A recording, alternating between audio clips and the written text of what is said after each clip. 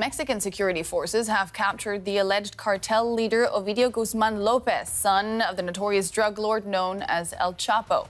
Widespread death and mayhem caused by arson. This is what the Sinaloa cartel is known for. And it is also what the entire state of Sinaloa recently experienced when the government apprehended Ovidio Guzman Lopez El Chapo. However, this wasn't the first time authorities had apprehended him. And it was certainly not the first time the Sinaloa cartel had reacted with this level of violence. They sent him to the most secure facility in all of Mexico. Where is this prison? What's it like? And can it really block out the sun? The drug lord from Escapist is now behind bars. Let's find out if Ovidio is currently being held in the same jail that his father escaped from back in 2015. The Federal Social Readaptation Center No. 1. Altiplano has been an unavoidable hellhole for everyone except the obvious one since its inception. Although much has changed in Altiplano since El Chapo tunneled his way to freedom within its walls. Aren't you curious about how Ovidio is being held in the most secure prison in Mexico and hasn't even had a day in court with regards to exactly what he did? As with most things involving cartel drug lords, violence begins and ends the story. But the violence that Ovidio inspired was one that shocked all of Mexico and had been long overdue. Everyone knew who his father was, including the school administration. So when it came time for school outings, Ovidio was excluded. Outraged by the exclusion, his mother pulled him out of the school, and eventually Ovidio stopped attending altogether. He then went back to Sinaloa, where he was raised by his grandmother, Maria Consuela, the mother of El Chapo. Ovidio had two brothers. In 2008, Edgar was shot dead along with two friends while they were in the parking lot of a shopping center in Culiacan. An indictment would later reveal that it was during this time, when Ovidio was still a teenager, that he became involved in his father's drug trafficking business. Over the years, this situation grew worse as he committed a number of atrocities, including ordering the murder of informants and assassinating a well-known Mexican singer who declined to sing in his wedding. Ovidio started demonstrating to the world that he could be just as cruel as his father. And the world listened. More precisely, 5 million people in the U.S. Ivan Archibaldo Guzman Salazar and his brothers, who had joined forces with him to form the unholy alliance known as Los Chapitos, or Little Chapos, were the targets of the bounty. Joaquin Guzman Lopez and Jesus Alfredo Guzman Salazar following the father's 2017 arrest. The brothers fought for and eventually took control of significant portions of the cartel, and through extreme violence, the Chapitos were forced to share that power with other factions of the Sinaloa cartel, led by Ishmael Mayo Zambada, one of the group's original founders, and Orleano Guzman, also known as El Chapo.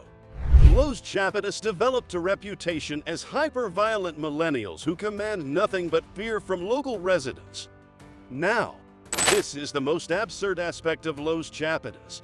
Believe it or not, but it is widely believed that the least powerful member is Ovidio. In fact, some cartel members have claimed that he only joined the organization to ensure his safety because he was El Chapo's son.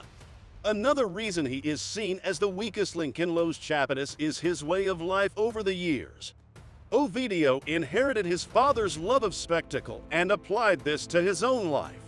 Ovidio was caught up in 2019 with President Andres Manuel Lopez, barely been in office a year when this footage was released. In it, you can see Ovidio leaving the house with special forces on all sides after they arrested the young Guzman on a covert presidential decree. Ovidio did not resist arrest. On the day that became known as Jueves Negro or Black Thursday, 14 people, mostly innocent civilians, were killed. It was both a national embarrassment and a national tragedy. Shortly after that, the Mexican government declared a state of emergency in the state of Sinaloa. Hundreds of cartel gunmen laid siege to the capital city of Cuernavaca, burning cars, setting up roadblocks, and surrounding a housing complex. Now, You might assume that the government would either avoid Ovidio in the wake of that incident, or would use all of its military might to crush the Sinaloa cartel. But you'd be mistaken. The year 2019 would pass, prior to 2020, 2021, and 2022. And then on January 5th, 2023, just a few days before Joe Biden's trip to Mexico for diplomatic talks on issues relating to immigration, border control, and narcotics, suddenly the Mexican presidency decided once again to arrest Ovidio in what many believe was a gift to the American president. A Mexican army attack chopper unleashed heavy machine gun fire into the rural fishing community of Jesus Maria outside the capital city of Culiacan, where it is believed that Ovidio was hiding. You might be wondering why on earth the Sinaloa cartel would bother about Ovidio when we've already established that it was a weak link that Drew brought undue attention to himself. But the answer is obvious: family and an opportunity to make money. Army and National Guard named we 32-year-old drug lord on the outskirts of the northwestern city of Culiacan, and as expected, the moment the Sinaloa cartel got wind of the operation, they responded with ungodly force. They must have been confident that they would prevail in this battle as well, as cartel gunmen opened fire with 50 caliber machine guns on the convoy transporting Ovidio, killing 10 soldiers in the process. However, they were unable to save their boss, so they turned their wrath on the state's military and civilians, killing an army colonel in an ambush after 19 alleged cartel members were killed. As Sinaloa's forces converged on the airport and opened fire on passenger planes with 50 caliber sniper rifles elsewhere in the city, more than 30 people were killed in a gun battle that raged for up to 12 hours. The presidency responded by sending over 3,000 Mexican soldiers into the city of Culiacan. Hundreds of civilian vehicles were commandeered by Sinaloa's gunmen. Many of the carjacked vehicles were burned beyond recognition. 11 soldiers, 19 cartel gunmen, and 1 child were killed. The military had to dispatch helicopter-run ships because of the fierce resistance. The fighting persisted even after a video had been broadcast, and more civilians were caught in the crossfire. When a 10-year-old boy stepped outside his home, a soldier shot him in the head, injuring 2 innocent spectators and damaging their roof. Eventually, Ovidio was flown to Altiplano, where he is currently awaiting trial.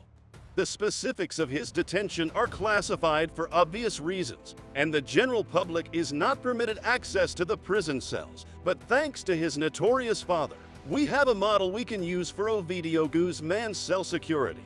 Altiplano was built in 1990 by President Carlos Salinas Gortari and is still a fortress, despite its reputation before El Chapo damaged it.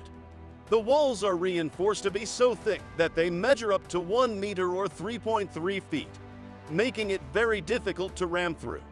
After El Chapo's third capture, the prison was upgraded for him as he awaited his extradition. That time period, in my opinion, is comparable to Ovidio's current circumstance. The El Altiplano prison outside of Mexico City has such tight security that even the guards have their own guards watching over them.